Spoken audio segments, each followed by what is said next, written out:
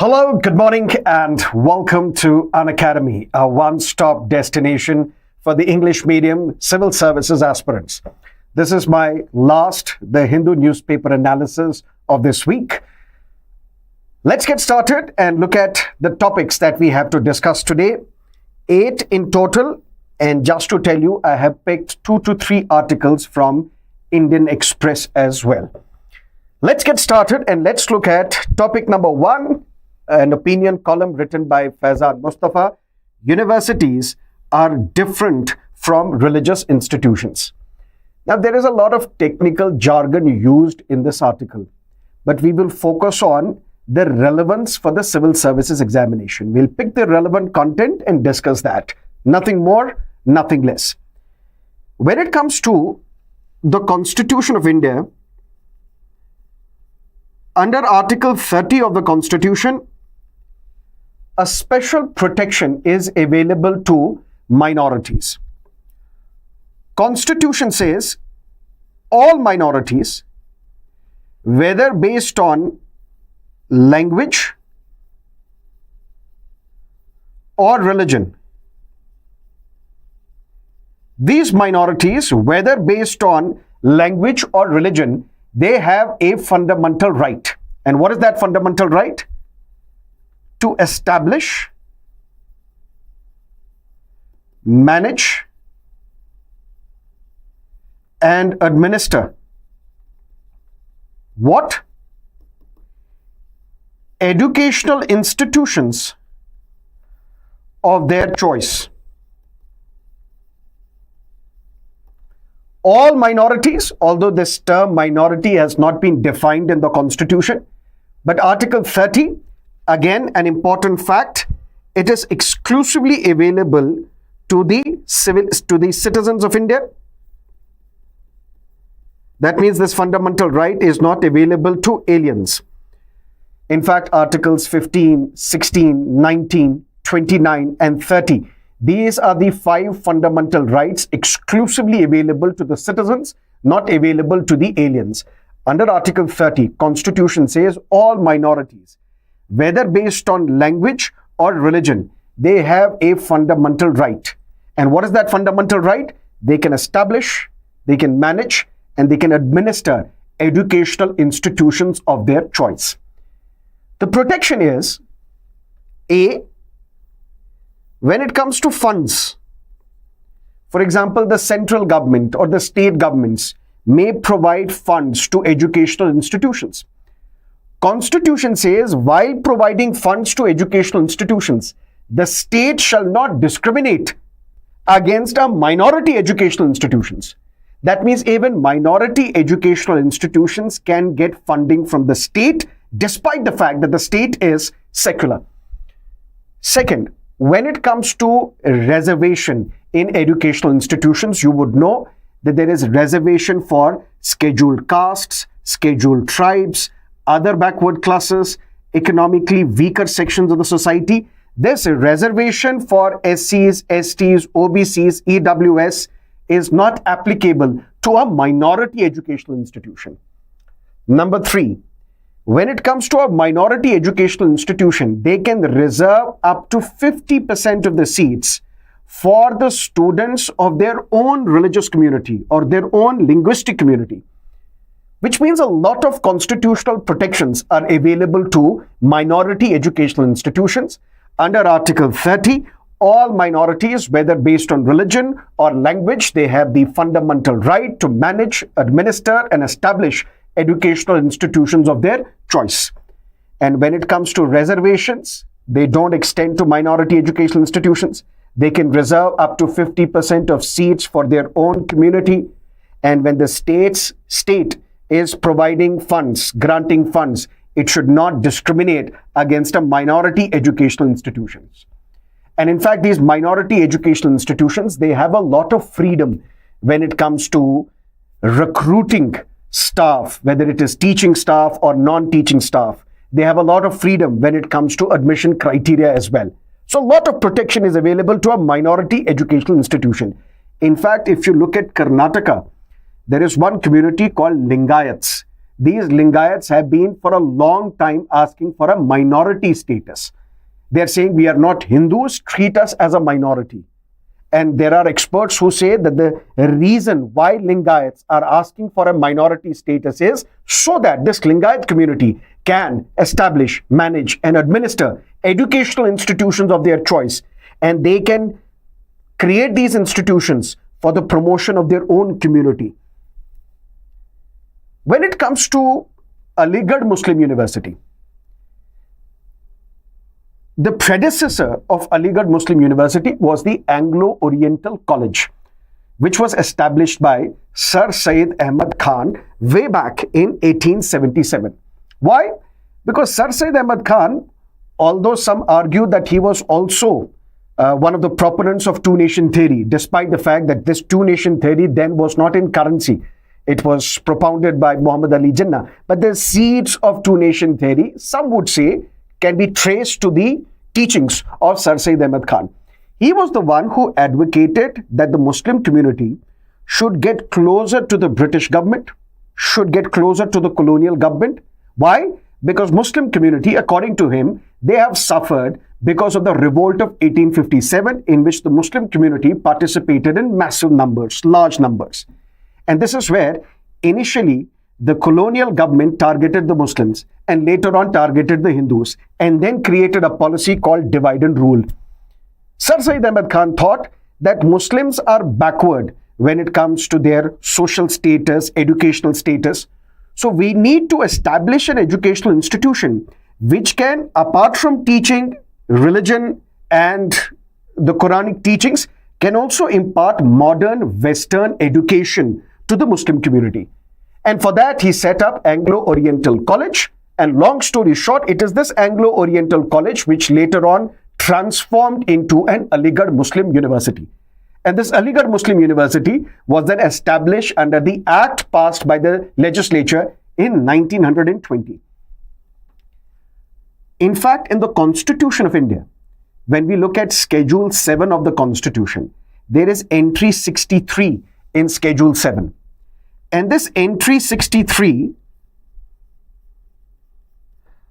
of Schedule 7 under List 1, which means Union List, there is a mention of universities such as Aligarh Muslim University, Banaras Hindu University, Delhi University, saying that these are the institutions of national importance.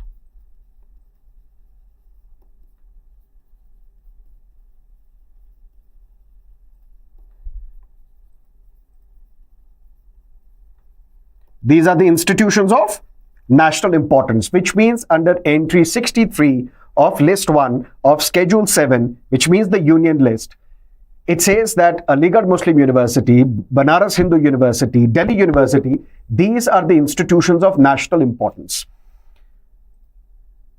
Matter went to the court. The year was 1967.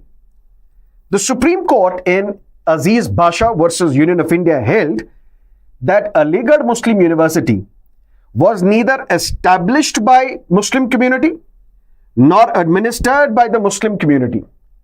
And since Muslims are the minorities, that means Aligarh Muslim University is not a minority educational institution under the provisions of Article 30 of the Constitution.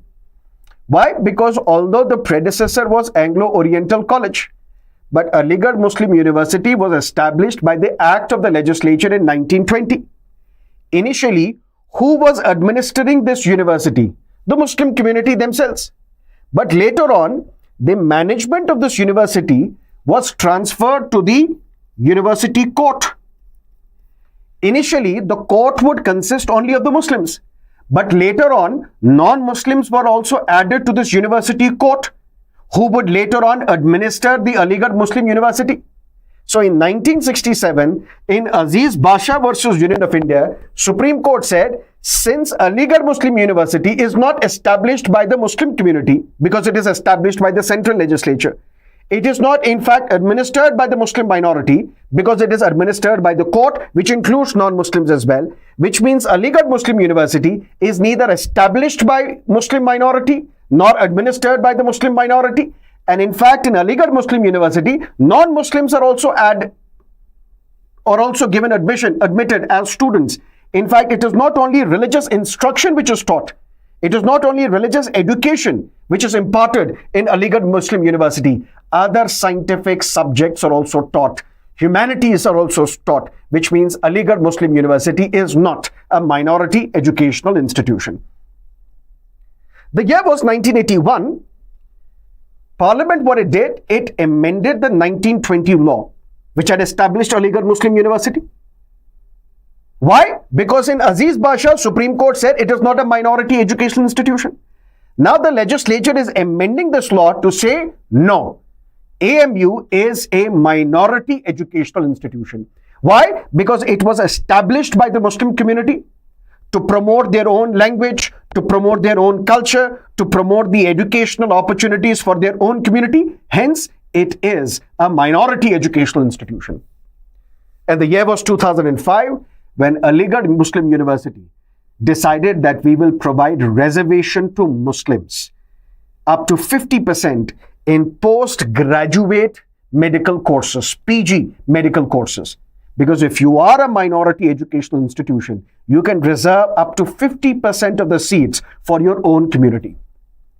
Both this amendment to the 1920 law, which happened in 1981, as well as this notification by the AMU in 2005, wherein it said that we are going to reserve 50% of the seats for Muslim students in PG medical courses, both these were struck down by the Allahabad High Court. The year was 2006. And when something is struck down by a high court, petitioners normally approach the Supreme Court. Supreme Court accepted this petition, and the year was 2019 when this matter was referred to a 7-judge bench of the Supreme Court. And now the 7-judge bench of the Supreme Court gave its verdict. And what is that verdict? Listen to me carefully. This verdict was given by 4-3 majority. That means 4 judges were in favor, 3 were in dissent.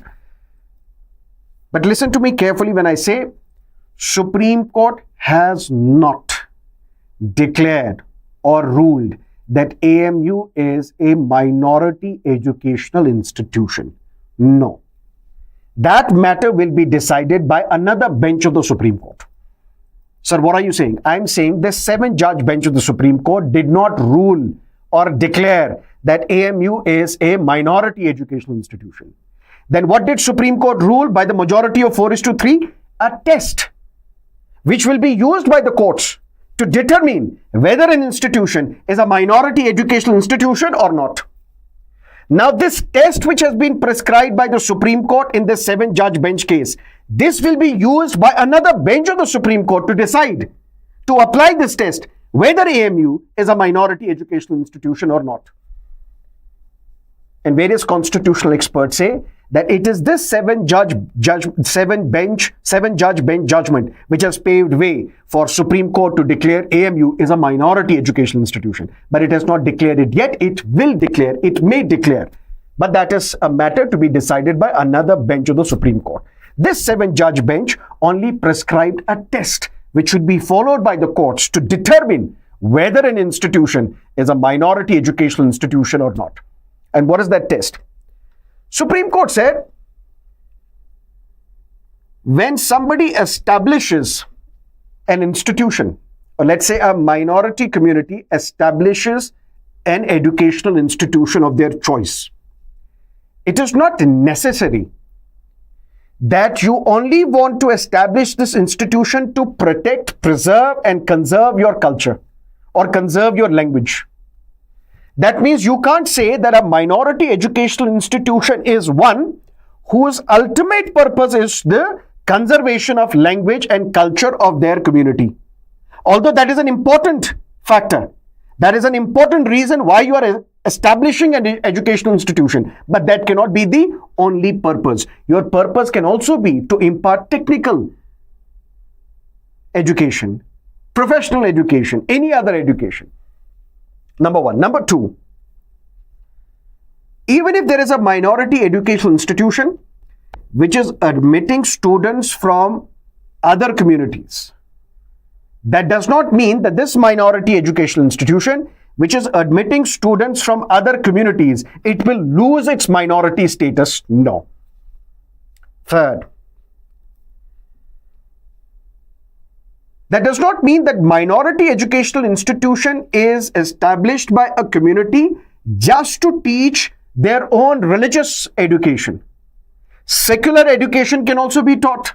For example, science, for example, maths, for example, humanities, for example, arts. That does not mean imparting secular education will impact the status of this institution as a minority educational institution. Another factor. Now, if this is, and these are two important things, if this is a minority educational institution and it is receiving aid or funds from the government, and the government is secular, if you are receiving funds from the government, then you can't make religious instruction mandatory. You can't force students to participate in religious instruction. Sir, what are you saying? I'm saying if there is a minority educational institution, let's say established by a Christian community, your purpose is to conserve the language and culture of the Christians. That does not mean it is the only purpose to conserve language and culture of your community. Your purpose can be to impart other forms of education as well. Just because you are admitting non-Christians, that doesn't mean your character as a Christian minority institution would be reduced or diluted or revoked. But if this institution is receiving aid from the state, you can't make religious instruction compulsory. And what is that religious instruction? You can't force students to participate in the morning prayer. But if this educational institution established by a minority is fully funded by the state, here if it is receiving aid, and this aid is not sufficient to run the administration of this university or college, but nevertheless funds are provided. But if the funds are provided to run this institution and these funds are only provided by the state, that means it is only through state funds and the state is secular that you are running your educational institution, then you can't even impart religious instruction. Forget about making it compulsory, because here you can impart religious instruction. You can ask students to participate in the morning prayer, but you can't make it obligatory. You can't make it mandatory. Those who want to, they can participate. Don't force it. But if your institution is fully funded, fully maintained out of the state funds, then you can't even impart this religious instruction because the state is secular. And in this judgment, Supreme Court said that there are 3 tests that we will have to prescribe. Test 1, 2, 3. And basis that, we will determine whether an educational institution is a minority educational institution or not.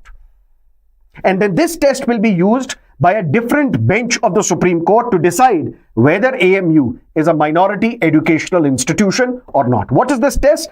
Test number 1. We have to see who established this educational institution. So if AMU is under question, whether it's a minority educational institution or not, how will the courts determine whether AMU is a minority educational institution or not? Test number 1. Who established this institution? And the courts say, when we have to understand who established this institution, we also need to trace the brain behind the establishment of this institution. That means you will have to tell us through letters, through correspondences, through literature, who was the man, who were the people behind establishing this institution, who was the one who was the brainchild of this institution. And if that individual belongs to a minority community, then we can say that it is this minority community which has established this educational institution. Through these correspondences, through these letters, it must be convincingly proven that the purpose of establishing this institution is for the benefit of the minority community. Although it may not be the only purpose. If AMU's establishment can be traced to Anglo-Oriental College, established by Sir Syed Ahmad Khan, proved to us through correspondences, through letters, through literature, through documents, through files, who was the man or who were the people behind the establishment of this institution? Who was the brainchild? What was their objective? Was their objective just, and the single most important objective was to protect the Muslim community? To establish an institution for the betterment, for the benefit of the Muslim community? Although it may not be the only purpose, but if it is the important purpose, then we can say that it is the Muslim minority which has established this institution. But establishment alone will not help. We also have to then decide who implemented this idea. Establishment is who was the brain behind this idea. Now, who implemented this idea? In a sense, who contributed funds to this institution? How was the land obtained in establishing this institution? Who was responsible for getting necessary government permission to establish this institution? Who was responsible for the infrastructure for the construction of this university or this educational institution? So first we have to determine who established it, then who implemented this idea, and then we also have to understand who is administering this institution. Court said, let's say AMU, which is a pre-constitutional institution. That means constitution was provided on 26 January 1950. That's how Article 30 is part of the Indian Constitution. But what about the institutions which came into existence prior to the commencement of the Constitution? We have to understand who was administering this institution at the time Constitution was enacted. After that, administration may have changed. After that, the court of university may have changed to include non-Muslims. The court of the university may have changed. The control of the university may have changed. The government may have more control over this university. A law was enacted to control that university. So after the commencement of the Constitution, the control, the administration of the university may have changed. But to determine whether AMU is a minority educational institution or not, we have to look at how was the administration of this university carried out at the time the Constitution was enacted on 26 January 1950. So these three tests have been prescribed by the Supreme Court in this 4:3 judgment: who established, who implemented, who administered this university, and basis that another bench of the Supreme Court will decide whether AMU is a minority educational institution or not. That completes our topic number 1. If you have any questions, let me know.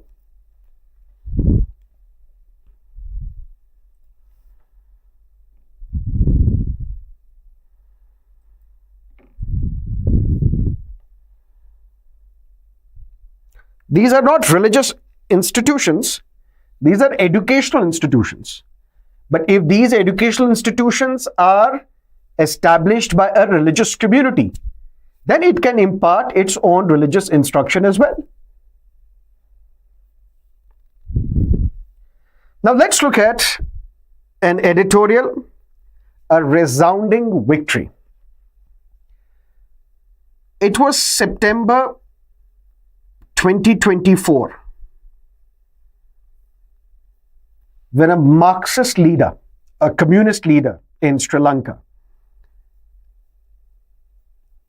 AKD, Onura Kumara Dissanayaka, he was elected as the president of Sri Lanka.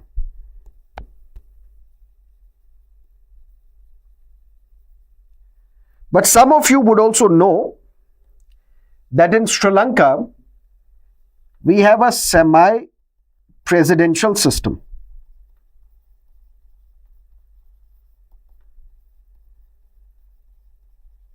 Which means you have a president who has some powers. You have the prime minister who is accountable to the parliament. He or she also has got some powers. And let's not go too deep into what are these powers, irrelevant for our examination. What you need to understand is that in September 2024, AKD Onura Kumara Dissanayaka became the president of the Sri Lanka. He defeated Ranil Wickremesinghe, who was then the president. He also defeated the son of Mahinda Rajapaksa, and Mahinda Rajapaksa's family is considered to be the dynastic political family in Sri Lanka. They have controlled the politics of Sri Lanka for a long period of time. And in fact, the Rajapaksa family was also criticized for promoting dynasty. There is a limit. The president can have only 2 terms in Sri Lanka.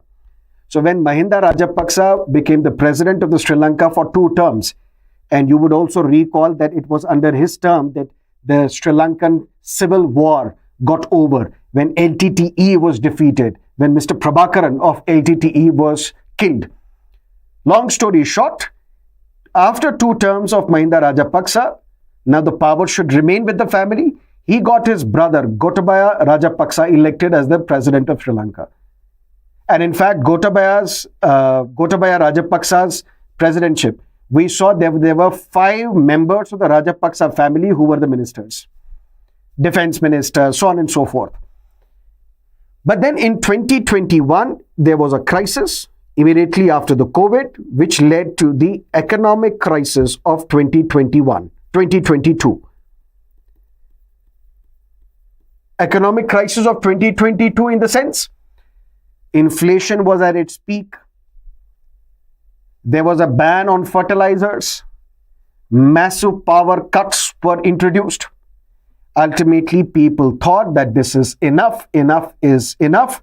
They attacked the political establishment, got control of the presidential palace as well. Rajapaksa family fled.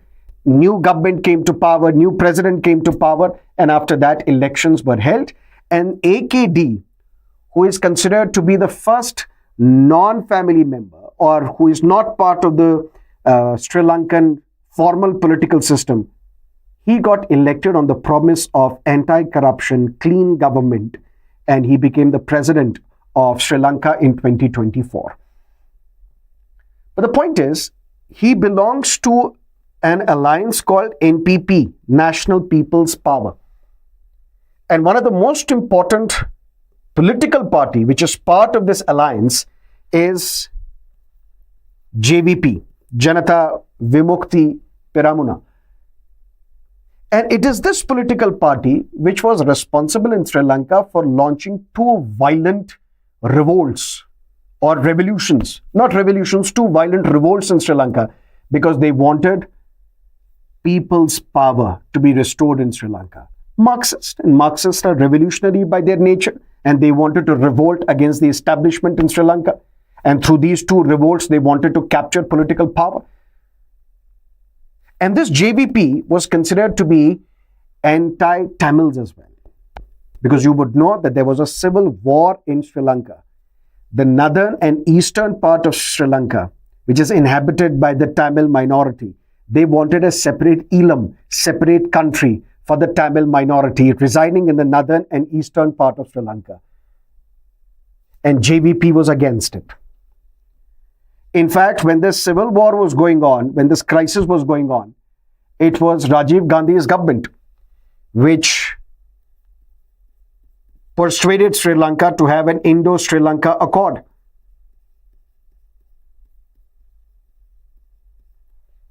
Mr. Jayawardena was the president of Sri Lanka. Rajiv Gandhi was the prime minister. Indo-Sri Lanka Accord was signed.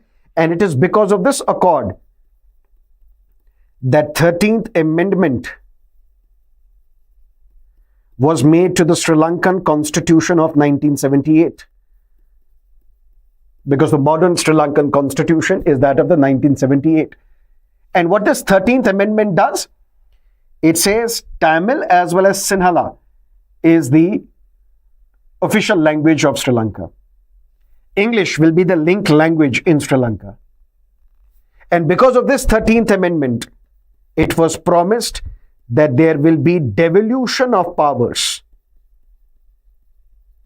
Devolution of powers to provinces.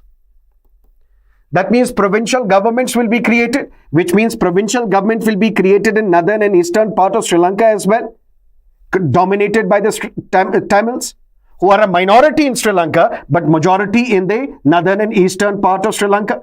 So if provincial government is created in these areas and powers are devolved, that means these institutions will become autonomous institutions. And that is how they can protect their language, they will protect their culture, they will protect their script, they will protect their own community.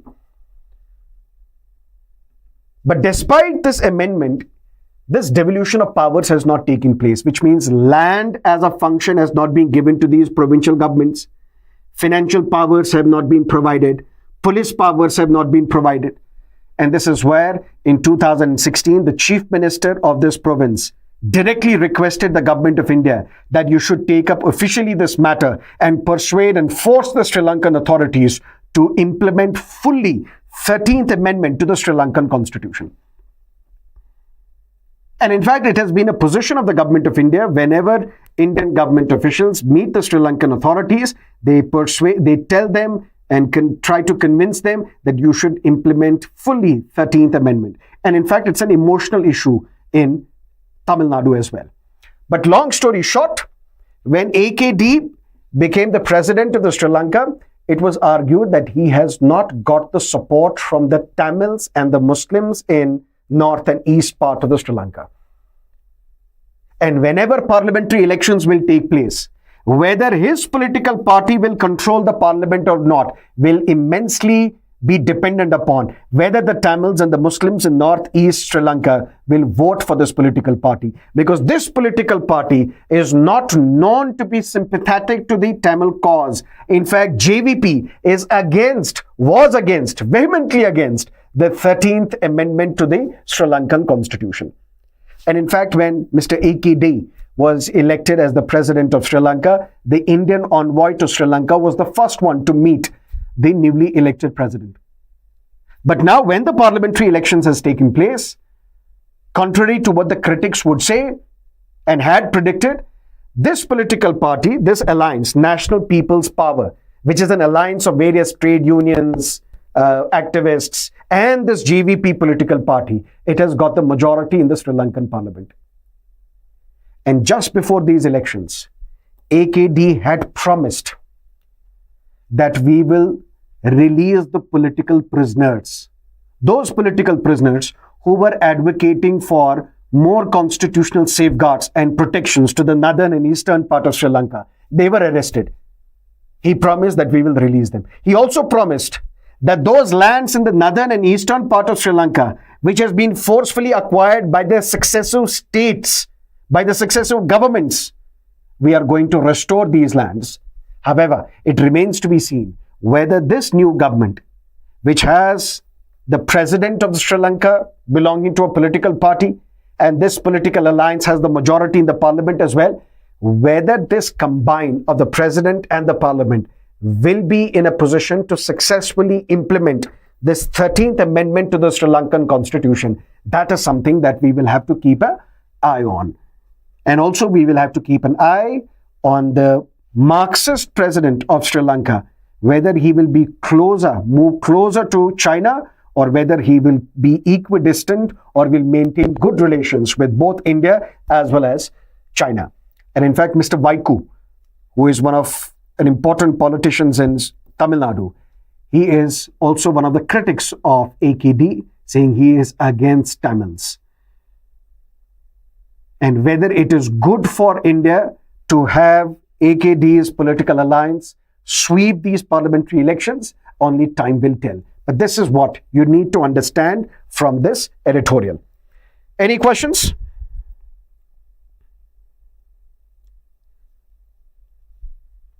Okay. Now let's look at, as I told you at the start, I picked two news columns from Indian Express as well. One, Served with Distinction, written by Dr. Abhishek Manu Singhvi.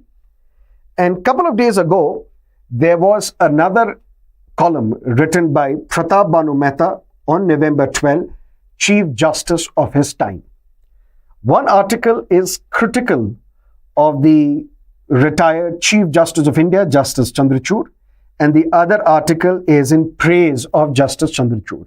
And Mr. Justice Chandrachud, now that he has demitted office, let's quickly glance through these articles.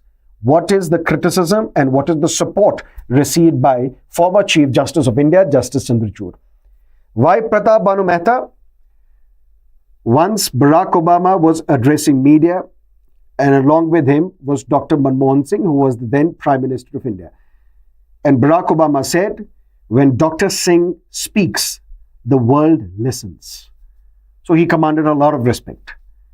Similarly, for the civil services aspirants, whenever Pratap Banu Mehta writes, you should read and you should listen.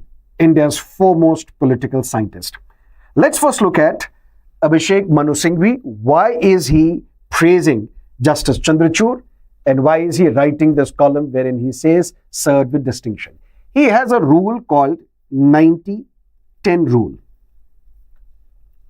If there are 100 instances, out of these 100 instances, if for 90 instances, the person has done well, the person has done good, the person has lived up to the expectations, you can say that this person has served this institution with distinction. You should not focus on the 10% mistakes that an individual may have committed. You should focus on the larger good, whether 90% of the time this person was good for the institution. And Mr. Abhishek Manu Singhvi says that with the term of Justice Chandrachud getting over, we can safely say that 90% of the time he was right. That is why we say that he served this institution with distinction. Why? Because he cites a number of examples.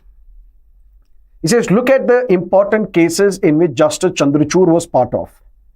Was Justice Chandrachud not part of that bench which gave right to the states that you can also charge royalty on the mineral-bearing lands, which further strengthened fiscal federalism in India? Was he not part of the bench which ruled in favor of the states that you have the power to tax industrial alcohol?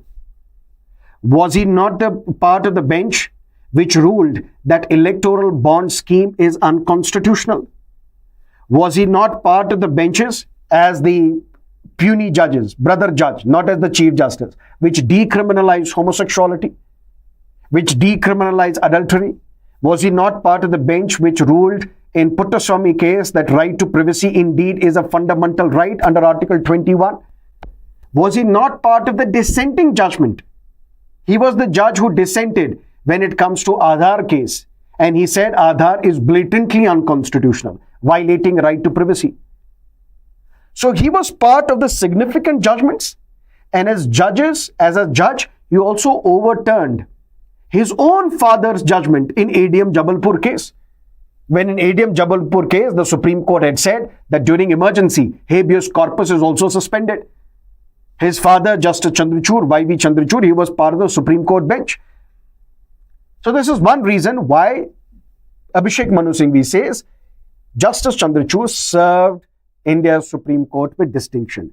Reason number 2, judges have to give judgments. Abhishek Manu Singhvi argues that we know, it is a common knowledge, who are these judges who don't write their own judgment. Someone else writes for them. But when it comes to Justice Chandrachud, we know that he used to write his own judgments. So that is why we say that he served this institution with distinction, because through his erudite, through his fantastic judgments, which he authored himself, it has served this institution well.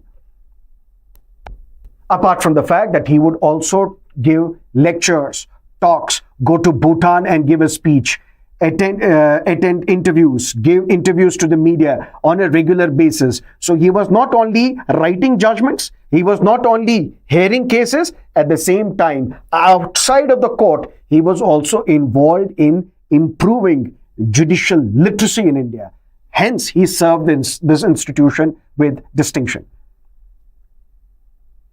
And there has been a talk about a lot of schemes that Justice Chandrachud had implemented in Supreme Court, providing creche facilities to women in Supreme Court, making the one of the lounges in Supreme Court operated by people with disability, ensuring that the infrastructure in Supreme Court is favorable towards people with disability. So all these are the reasons why we say that he served this institution with distinction. And at the same time, his conduct inside the courtroom, where no lawyer can say that he did not give me time or he cut me short. He listened to everybody. He heard everybody. And at the same time, he was also man of dignity and man who would enforce discipline inside the courts. Despite that, Mr. Abhishek Manu Singhvi says, there are some things which Justice Chandrachud could have avoided. Avoided what? Number one, he invited Prime Minister to his residence and conducted Ganesh Puja at his home, which was videographed. He could have avoided. Maybe the intention was not wrong, but he should have avoided it. Why? Because it will lead others to speculate the relationship between the judiciary and the executive. Second, what he could have avoided was his comment on the Ayodhya judgment. You would know that in 2019, a 5-judge bench of the Supreme Court had to decide that this 2.77 acres of land, disputed land at Ayodhya, who is the owner of this land? And the Supreme Court, by a majority of 5-0, ruled that this land belongs to Lord Ram.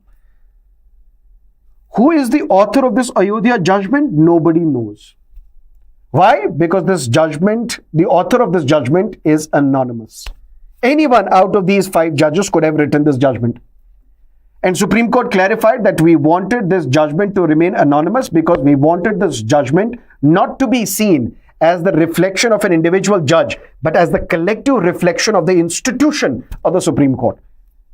But it is common knowledge amongst the legal circles that looking at the language of this judgment, it is Justice Chandrachud who is the author of this judgment. But Justice Chandrachud, when he was speaking to kids at his ancestral home, at his ancestral village, he said, I was deeply worried about this judgment and I went to God and asked God for guidance, that you guide me, how should I give this judgment? Abhishek Manu Singhvi says he should have avoided this. But what is the most thing that he should have avoided? Because now he is defending these judgments, or he is defending these utterances. First, he should not have invited Prime Minister to his private puja. Second, he should not have spoken of Ayodhya judgment in this manner. And third, he should not be now spending time to justify both these instances. But this can constitute 10%. The remaining 90% we should be satisfied with Justice Chandrachud. But on the other hand, Pratap Banu Mehta, he seems to be comparing Justice Chandrachud with Prime Minister, saying both have their own aura and both speak for the masses. And Justice Chandrachud, according to Pratap Banu Mehta, he was one of the most vocal judges, chief justices that we have seen. Regularly giving interviews, regularly meeting the press, sharing his opinions, which no other chief justice has done previously. But specific to that, there is one former Supreme Court Bar Association President, Dushyant Dave, when he was asked, why are you so critical of Justice Chandrachud? In fact, he gave one of the landmark judgments in electoral bond case. He said electoral bond case judgment was nothing. He was asked why. He said patient is dead, operation successful. For many years, this electoral bond case was kept pending in the court. It was not adjudicated. And by that time, various assembly elections, parliamentary election was conducted. So this was a classic example of judicial evasion. And when the purpose of electoral bonds scheme was realized by the ruling political party by getting a lot of funds through electoral bonds, now the court is saying operation successful, patient dead, electoral bond scheme is unconstitutional. But to be fair to Justice Chandrachud, that's my opinion, he was not the one who kept it pending. His predecessors as the chief justices kept this matter pending. So it is a great thing for judiciary that he solved a lot of cases which were pending for a long period of time. There were cases which were pending for 20, 30 years in the Supreme Court. He got those pending cases resolved. But Pratap Banu Mehta argued that when it comes to Chief Justice of India, he personified an age in which civil political rights are acts of personal beneficence. Why? Because he criticizes when Justice Chandrachud, in one of the interview, he said, I gave bail to X number of people. So under my chief justiceship, I gave bail to so many individuals. Pratap Banu Mehta argues that granting civil rights, political rights, enforcing them is not an act of personal beneficence. Instead, you should have said that the law and process was applied consistently. And that is how, by applying the law, Supreme Court gave bail to these many number of cases. Wherein Pratap Banu Mehta argues that courts are there to uphold fundamental rights, particularly quickly resolve, adjudicate habeas corpus petitions. And Pratap Banu Mehta argues that there are still hundreds and thousands of habeas corpus petitions pending, which Chief Justice did not act upon. And he goes on to say that Chief Justice Chandrachud as the Chief Justice is arguably more damaging than Justice A.N. Ray. Remember A.N. Ray, who superseded three other senior judges to become the Chief Justice of India in 1973. And immediately after that, he announced a bench. He set up a bench to review Keshavananda Bharati judgment. So when Justice Sikri, who retired on the 24th of April 1973 as the Chief Justice of India, when he gave that judgment in Keshavananda Bharati case, which imposed limitations on the powers of the Parliament to amend the Constitution, wherein the Supreme Court said that Parliament cannot amend the basic structure. Immediately after that, Justice A.N. Ray was appointed as the Chief Justice of India, and he superseded three other senior judges, and those three senior judges resigned in protest. And what Justice A.N. Ray did, although people say that he was fantastic as a judge, even as the Chief Justice, with one exception, he has been fantastic. But history remembers A.N. Ray for one episode. And what is that episode? When he asked for the review of Keshavananda Bharati judgment. And this is where Nani Palkhiwala approached the court again and asked a fundamental question to Justice A.N. Ray. Who called for review? Who asked for review of Keshavananda Bharati? And Justice A.N. Ray was left embarrassed because nobody had filed a review petition. So after 2 days of hearing, he dissolved this bench, but this left a stain on the reputation of Justice A.N. Ray. And Pratap Banu Mehta is so critical of Justice Chandrachud that he says Justice Chandrachud as the Chief Justice has been more damaging than Justice A.N. Ray. What are the other peculiarities written? For that, I would urge you to go through this article and read this article to understand why Pratap Banu Mehta argued the way he did. I'll give you one example. Pratap Banu Mehta argues on Article 370 question. There were two things to be decided in Article 370 case. One, did the government, in revoking Article 370 or diluting Article 370, was that manner constitutional or unconstitutional? And second, whether the bifurcation of Jammu and Kashmir into union territories, whether that is allowed under Article 3, whether you can convert the entire state into a union territory. These were the two broad questions that the court had to answer. On one, Article 370, the Supreme Court said by a majority that the government was right in the way in which it abrogated the special status for Jammu and Kashmir. But on the question whether the entire state can be downgraded to that of a union territory, the Supreme Court did not rule anything. Supreme Court said, on this question, we will not decide. Why? Because the learned Solicitor General, Mr. Tushar Mehta, has promised the court that this UT status for Jammu and Kashmir is temporary. We will restore statehood to Jammu and Kashmir. Since statehood is to be restored to Jammu and Kashmir, we don't consider it fit to decide whether this demotion of a state to a union territory, whether it is constitutional or not. Because the Solicitor General has promised that this is a temporary thing, we will restore statehood again. So why decide whether it was done rightly or wrongly? We will keep the matter aside. We will just focus on Article 370. It is similar to, let me give you a hypothetical scenario, what the court has done in this matter. For example, you have been arbitrarily arrested by the police and thrown into the prison. I will approach the court under Article 32 on your behalf. And I will say, my lord, I have a habeas corpus petition. I said, what is this habeas corpus? My friend has been illegally detained by the police. The court will ask the Attorney General or the Solicitor General, come here, tell us, why have you deprived the right to life and personal liberty of an individual? Why have you arbitrarily denied this, detained this individual? What if the Attorney General says or the Solicitor General says, sir, this detention is only temporary. We are going to release this person sooner. Please don't worry.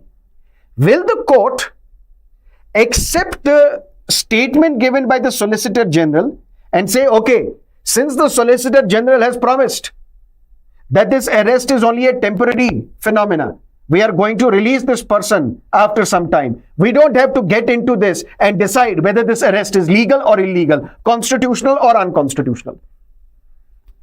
This would be travesty of justice.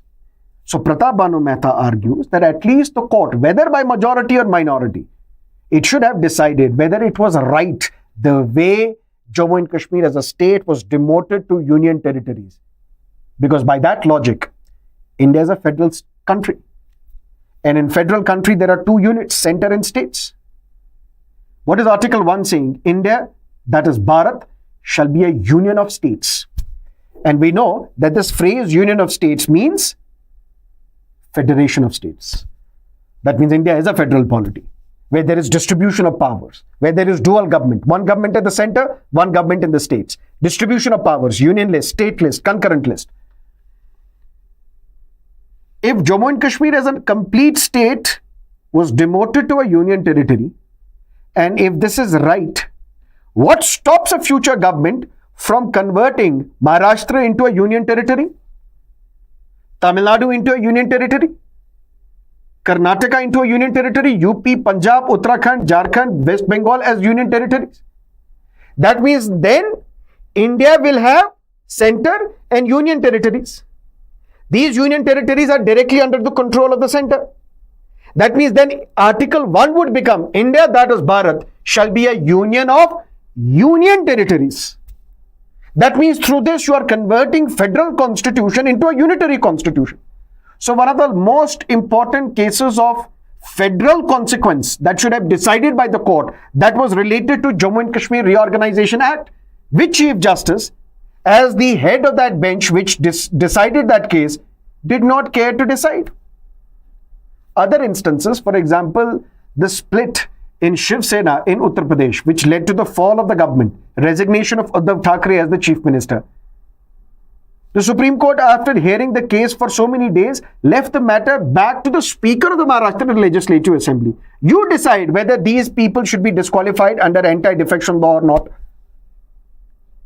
In Delhi case, Chief Justice Chandrachud, he was part of the bench which ruled in August 2018 that the real government in Delhi is that of elected Chief Minister and his Council of Ministers.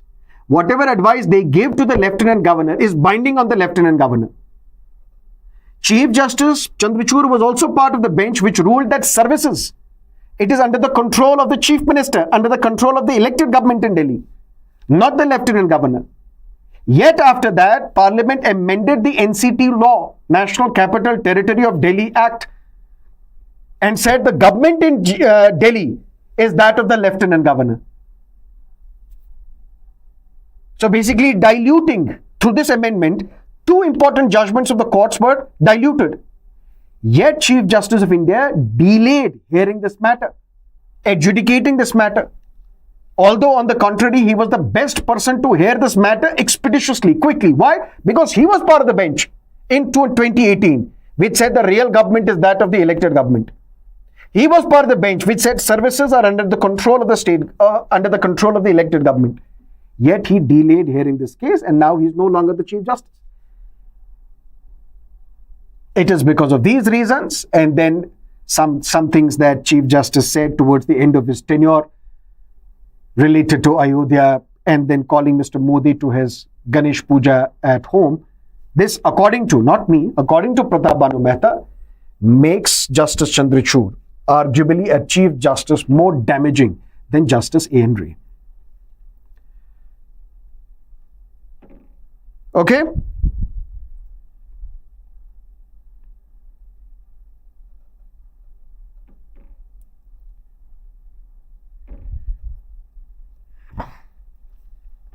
Okay.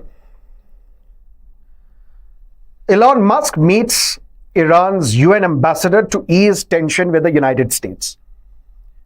Donald Trump is now the president-elect of the United States of America.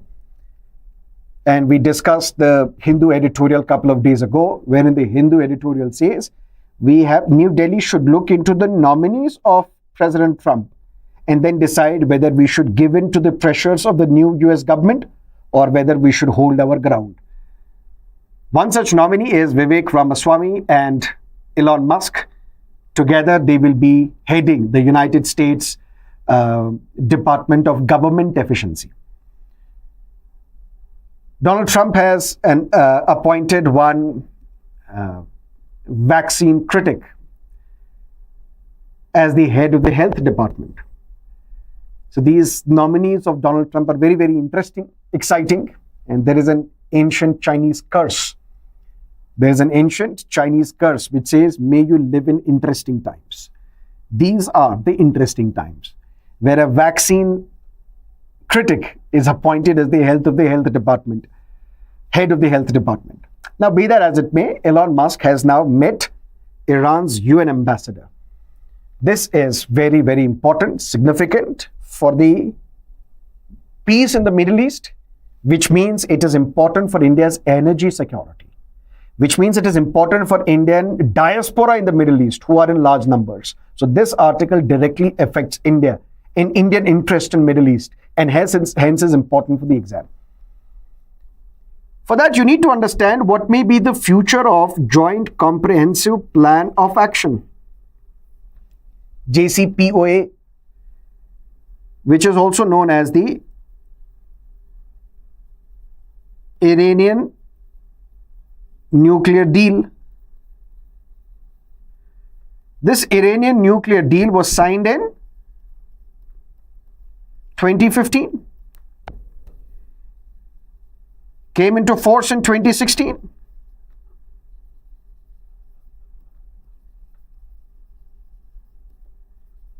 But this Iranian nuclear deal, which came into force in 2016, United States, when Donald Trump was the president in 2018, United States unilaterally withdrew from this Iranian nuclear deal. We are not going to be part of this Iranian nuclear deal. And what was this Iranian nuclear deal? It was signed between Iran, P5+1. What is this P5? 5 permanent members of the United Nations Security Council. And which are the 5 permanent members of the United Nations Security Council? United States, United Kingdom, France, Russia, China. These 5 permanent members of the United Nations Security Council, +1 means Germany, because Germany does not have the veto power, it's not a permanent member. Plus European Union, they also contributed. And together, this was a deal which was meant to stop Iran from manufacturing a nuclear weapon.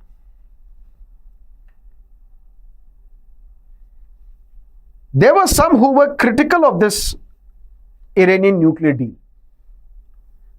Critic was Saudi Arabia. Why? Because Saudi Arabia is Sunni dominated, Iran is Shia dominated.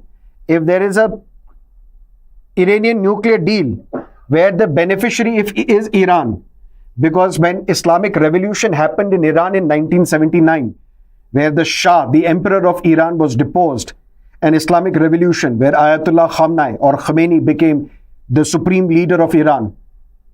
Iran, from a liberal country, became a theocratic country in 1979. And after that, sanctions were imposed on Iran. which crippled its economy, affected its aviation industry, affected its banks. And Iran at the same time is trying very hard to become the leader of the Middle East. How? Through its proxies.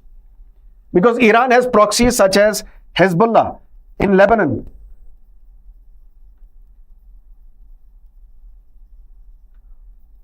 Houthis, where? In Yemen, Hamas in Gaza. And through these proxies, where Iran is funding these terrorist institutions, extremist institutions, Iran wants to control the narrative in the Middle East and wants to emerge as the power, supreme power in this area, which obviously will not be liked by Saudi Arabia.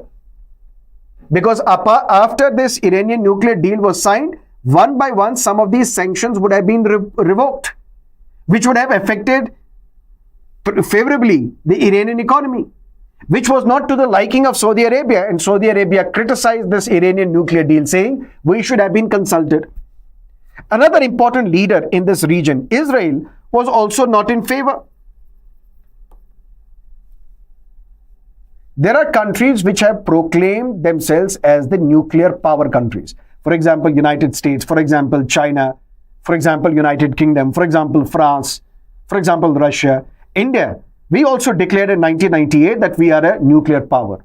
Although we carried out a nuclear explosion in 1978 as well, but it was considered to be, or in 1974, but it was considered to be a peaceful nuclear explosion. We declared to the world in 1998 that we are a nuclear power. We have the nuclear weapon. Pakistan also has declared it. Israel's nuclear policy is ambivalent. It neither accepts that they have a nuclear weapon, nor does it deny that they don't have a nuclear weapon, which is also part of their strategy, because having nuclear weapons can also act as deterrent. Other countries will be skeptical or will be worried about attacking you because they know you have a nuclear weapon, you can attack them with nuclear weapons. So Iran wants to keep its enemies in confusion. Do they have nuclear weapon? Should we attack them? Should we not attack them like this? What if they have nuclear weapon? What if they don't have nuclear weapon? So that is their nuclear policy, ambivalent. But the world knows that Israel has nuclear weapons. So if in Middle East, apart from Israel, Iran also has a nuclear weapon, it will affect Israel's position in this region. That is why it was also against this nuclear treaty, nuclear agreement between Iran and other countries.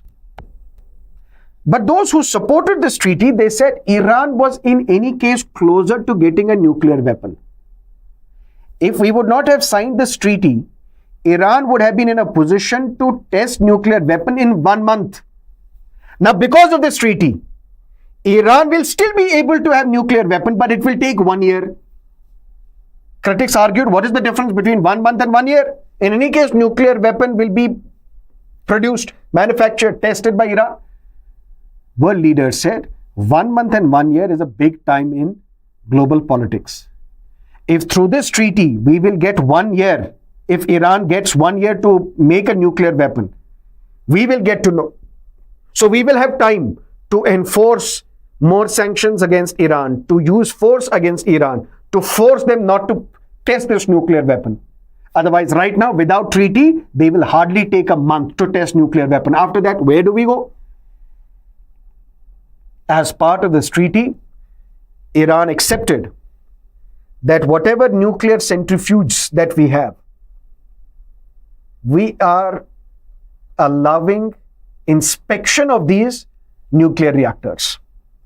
Let IAEA, International Atomic Energy Agency, let them come, let their arms inspectors come and let them visit our nuclear reactors to decide whether we have enriched uranium or not. And what is this enriched uranium? If we look at naturally occurring uranium,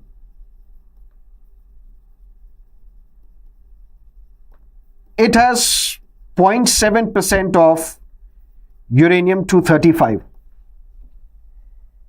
And what is this uranium-235? It is that isotope which is responsible for maintaining a nuclear chain reaction a nuclear fission process. So this naturally occurring uranium, it has only 0.7% of uranium-235. You should have 5% of uranium-235 if you want to make nuclear power. If you want to generate electricity through nuclear reactors, for that you need 5% of uranium-235. How do you increase this concentration of uranium-235 from 0.7 to 5%? That process is called uranium enrichment, which is done at nuclear centrifuges. If this uranium is enriched to 20%, we can use this uranium for research purposes. But for making a nuclear weapon, this uranium enrichment should be of 90%.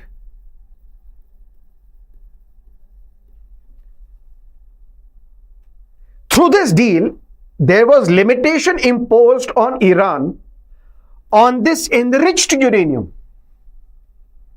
You cannot enrich uranium to more than 5%, which means there will be arms inspectors from IAEA which will monitor the nuclear reactors of Iran, whether it is at Natanz, whether it is at Arak, whether this nuclear reactor is, let's say, which is the other important nuclear reactor of of Iran, Fordo. All these will be used only for civilian purposes. That means for generating electricity, power, will not be used for manufacturing nuclear weapons. That was the requirement of this deal. But there were other elements of this deal which Israel said favors Iran, and ultimately United States President in 2018 unilaterally withdrew from this Iranian nuclear deal. And after that, we saw other conflicts between Israel and between United States and Iran, between Iran and Israel. For example, in 2020, it is argued that Donald Trump, United States, ordered the assassination of the commander of the Quds Force, General Qasem Soleimani, who was killed in a drone attack in Baghdad. He was one of the most important military commanders of Iran. He was assassinated. Then it is argued that Israel had attacked the Natanz facility, which also led to the killing of top nuclear scientist of Iran. And then there is conflict between Iran and Israel on funding Houthis, Hamas, Hezbollah, and we have seen clashes. And Donald Trump has unequivocally supported Benjamin Netanyahu in its fight against Hamas and other terrorist groups in Middle East.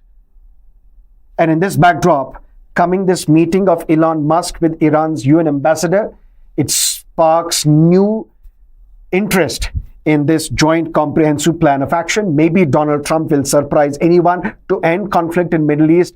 Let's come back to Iranian nuclear deal. Let's put an end to the war in Ukraine and the Middle East, because he is known to end conflicts.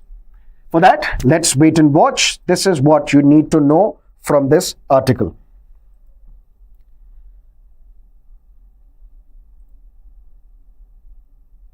Okay.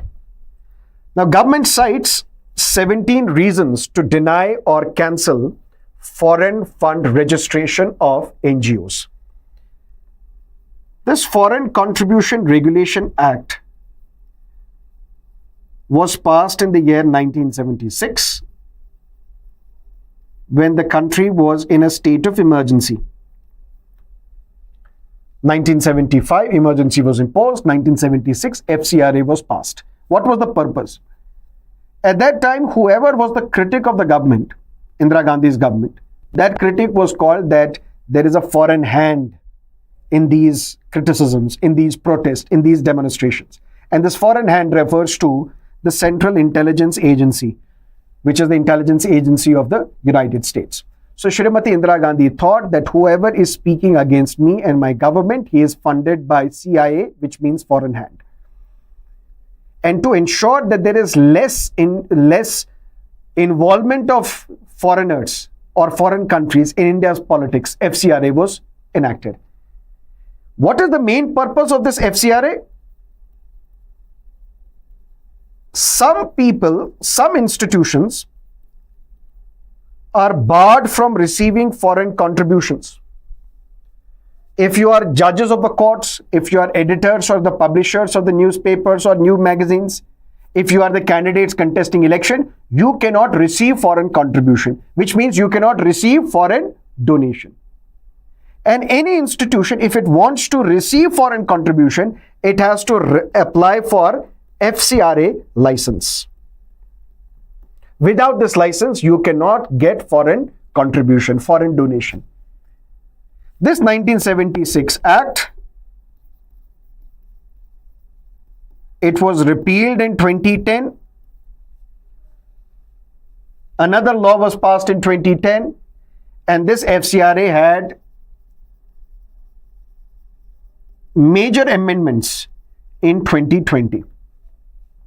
What were these amendments? Listen to me carefully. For example, here is an institution. Let's say it is a non-governmental organization which has the FCRA license. Can this NGO receive foreign contribution? Yes. There is another NGO, B, which also has the FCRA license. Can it receive foreign contribution? Yes.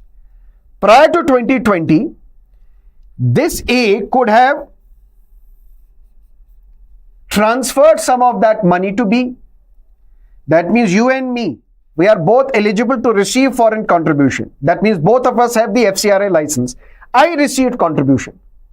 Before 2020, a part of this contribution I could have transferred to you because you are also eligible. Although this contribution was given to me, I am transferring it to you. After 2020, the amendment said this is not possible. Which means if you have received foreign contribution, you cannot transfer this foreign contribution to another entity, even if that entity is eligible to receive foreign contribution. Change number one. Change number two. If I am receiving 100 rupee as foreign contribution, I could have spent 50% for administrative reasons as administrative expenses. That means I have received 100 rupees as foreign contribution. I can spend 50 rupees for rent, for salaries of the staff, for travel purposes, whatever. When FCRA was amended in 2020, the amendment says now you can spend only 20% of your contribution for administrative purposes, not more than that.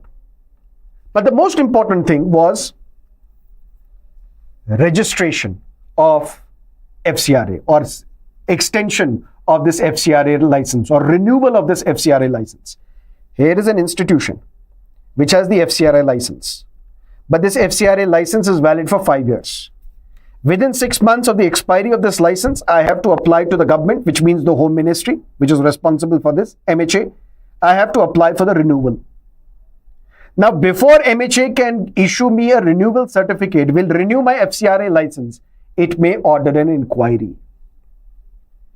Whether this organization, which is applying for the renewal of this license, whether it is diverting foreign funds. You were given foreign funds to promote education, but you are diverting it to convert others into your religion. You are using this money to fuel protest against the government. You are inciting protests against development. For example, you don't want Kundan power reactor, and you are instigating protests against this nuclear reactor. So inquiry will be conducted by the government whether you are diverting these foreign funds for anti-development or you are inciting malicious protest or you are resorting to religious conversions. And this newspaper article says the government has cited 17 reasons. Amongst these 17 reasons, these are the prominent reasons to deny or cancel the FCRA license of NGOs. And the most prominent among one was the Center for Policy and Research, whose FCRA license was cancelled. Let's focus on the prelims now. And first, a jumbo crisis in Madhya Pradesh. Bandhavgarh Tiger Reserve. Where is it? It is in Madhya Pradesh. And this Bandhavgarh Tiger Reserve is in the news. Why? Because 10 elephants, jumbos, have been killed. According to newspaper reports, they have been killed because of consuming what? Kodo millet. What is this kodo millet? It is considered to be a staple food in different parts of the country. It is known for its rich dietary fiber. It is known for its mineral content.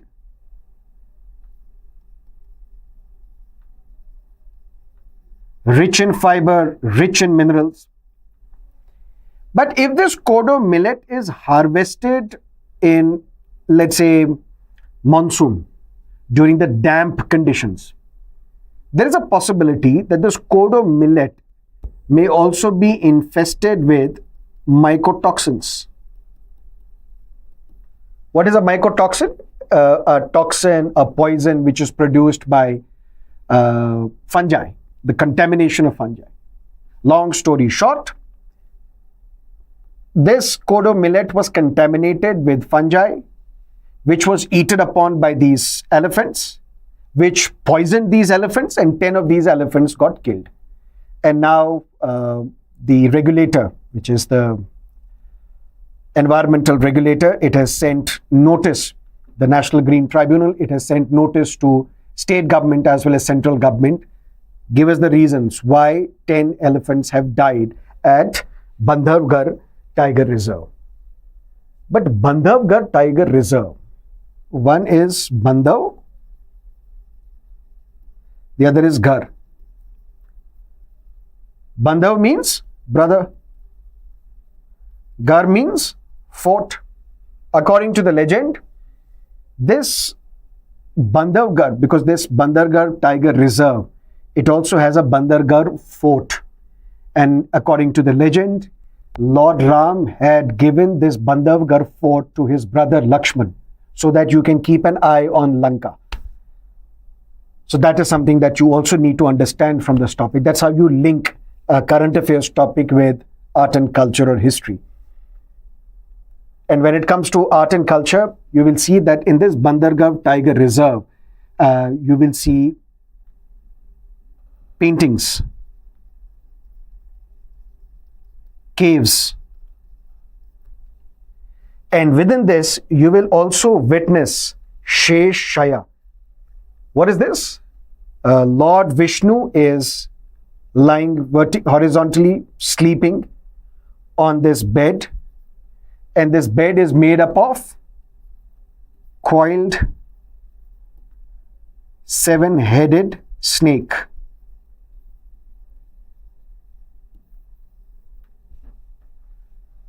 So where is this Shesh Shaya present and what is the significance? The statue of sleeping Lord Vishnu or a Lord Vishnu on a bed which is made up of coiled 7-headed snakes. That's what you need to understand. Let's look at another topic. This photograph in the newspaper talking about Dongria Kondh. Dongria Kondh, it is a particularly vulnerable tribal group in Odisha. And they entered history books way back in 2013 when there was an environmental referendum conducted.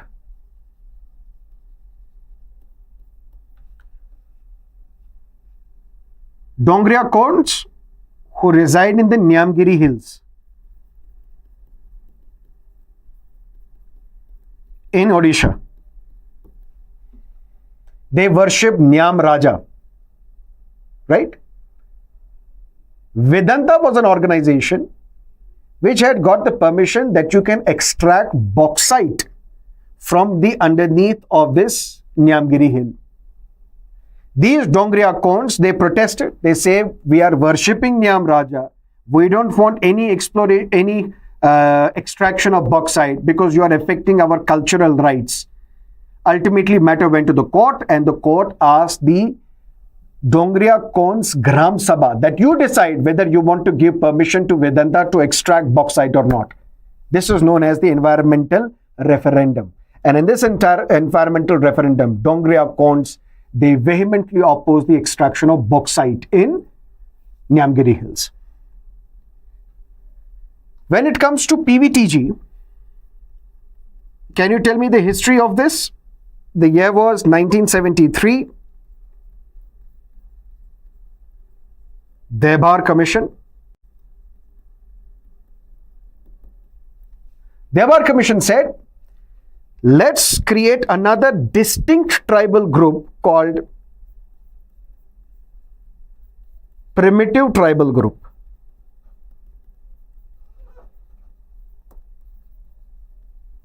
What is this Primitive Tribal Group? That means of all the tribes who are present, let's create another category called Primitive Tribal Group. That means of all the tribes, these are most backward. These are economically backward. They have low literacy rate. Their population is either stagnating or it has declined. They are economically backward and they use very old methods of agriculture. Long story short, they are more backward than other tribals. So we will call them primitive tribal groups. In 2005, this primitive tribal group, this term was changed, this name was changed to PVTG, particularly vulnerable tribal group. And if you look at census of 2011, according to the census of 2011, we have 10.45 crore ST population. And 75 such communities are declared as PVTG in close to 18 states and union territories. And the highest number of PVTGs is found where? In Odisha, which includes your Dongria Kondhs. That's what you need to understand from this picture. Let's look at two questions for your mains examination. Question number 1. Explain the constitutional protections available to minority educational institutions and the tests prescribed by the Supreme Court to determine the character of such institutions. Question number 2. The FCRA has often been criticized for curbing the autonomy of NGOs and stifling civil society activism in India. Discuss the key provisions of FCRA, the concerns raised by various stakeholders, and how the Act balances national security with the rights of civil society organizations. I know I took a lot of time, a lot more than expected, but that's the nature of the daily newspaper analysis sessions. Sometimes less than an hour, sometimes more than that, sometimes no session at all, which hasn't happened, hopefully will never happen. Thank you for staying with me all this 90 minutes. If you liked this session, understood the topics that we covered, do not forget to press the like button and subscribe to our channel if you haven't yet, and share your feedback in the comment section. See you again next time when I see you. Till then, have a great time. Bye-bye. All the best.